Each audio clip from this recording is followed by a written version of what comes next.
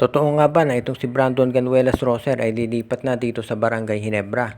Isa yan ngayon dito sa mga pinag-uusapan at posible raw na baka ang maging sitwasyon dito ay itong si Brandon Ganuelas Roser ay i-trade para dito kay Ben Adamos.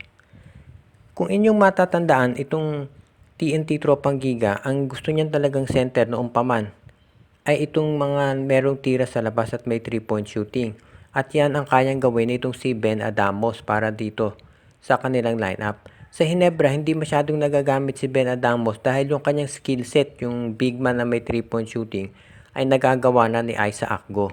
Kaya sa tingin ko mukhang itong Barangay Hinebra hindi na kinakailangan itong si Adamos, lalo na kung babalik pa itong si Jamie Malonzo at Jeremiah Gray. Kaya yan ang tingin ko kinakailangan gawin talaga ng Hinebra ngayon ay mag-trade ng player.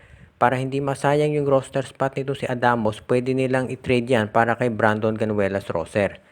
Alam natin na ito si Brandon Ganuelas Roser, ang laro niyan parang si Christian Stan Hardinger. Kaya yan sa tingin ko ang pwede talaga na maging magandang compliment. Isipin mo kung meron kang Brandon Ganuelas Roser sa sentro mo plus nandiyan pa itong si Jamie Malonzo sa power forward. Posible si Troy Rosario nandiyan pa dahil free agent yan. At isasama mo pa si Jeremiah Gray. Magiging pang Grand Slam na talaga yung lineup ng Barangay Ginebra. Nandiyan pa si Stephen Holt at si Maverick Ahanmisi at si Scottie Thompson. Kaya sa tingin ko, yan talaga ang pinaplano ng Barangay Ginebra. Kunin itong si Brandon Ganuelas Roser para dito kay Ben Adamos. Ngayon kung ikaw naman TNT, magiging magandang addition sa lineup mo itong si Ben Adamos dahil yan ay meron 3-point scoring katulad ni Poy Eram. At itong si Brandon Ganuelas Roser naman kasi bumaba na yung laro niya dito sa TNT dahil parang hindi siya fit dito sa dribble drive offense ni Coach Chot Reyes.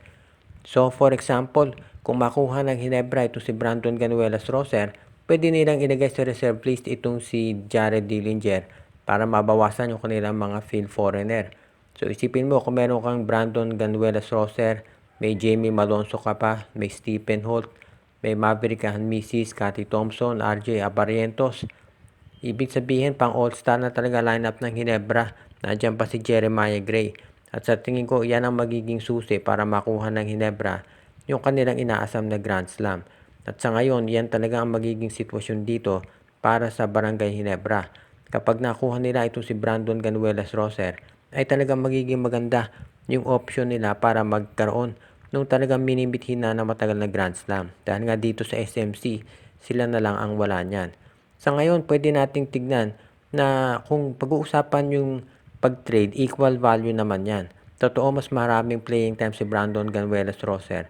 Pero ang disadvantage niyan, itong si Roser, ay masasabi natin na merong ACL injury ngayon. So matagal pang hindi makapaglalaro. Ibig sabihin, kung matutuloy yung trade na yan, hindi siya kaagad-agad magagamit ng Ginebra. Hindi katulad nitong si Adamos na magagamit agad ng TNT. So yan ang magiging trade-off. At kung ikaw ang Barangay Ginebra, kailangan pag-isipan mo mabuti kung willing ka na tanggapin yung ganyang klaseng risk.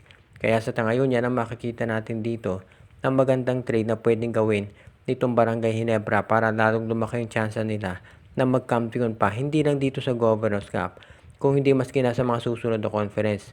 Dahil kung makuha nila si Brandon Ganuelas Roser plus si Troy Rosario pa, dito natin talaga masasabi na magiging pang all-star o parang San Miguel Beer na kalalim yung lineup nitong Barangay Ginebra. At yan na talaga ang pwede nating masabi na kapag yan ang ginamit mo o nakalaban ay talaga mahihirapan ka at pwede na to na pang Grand Slam.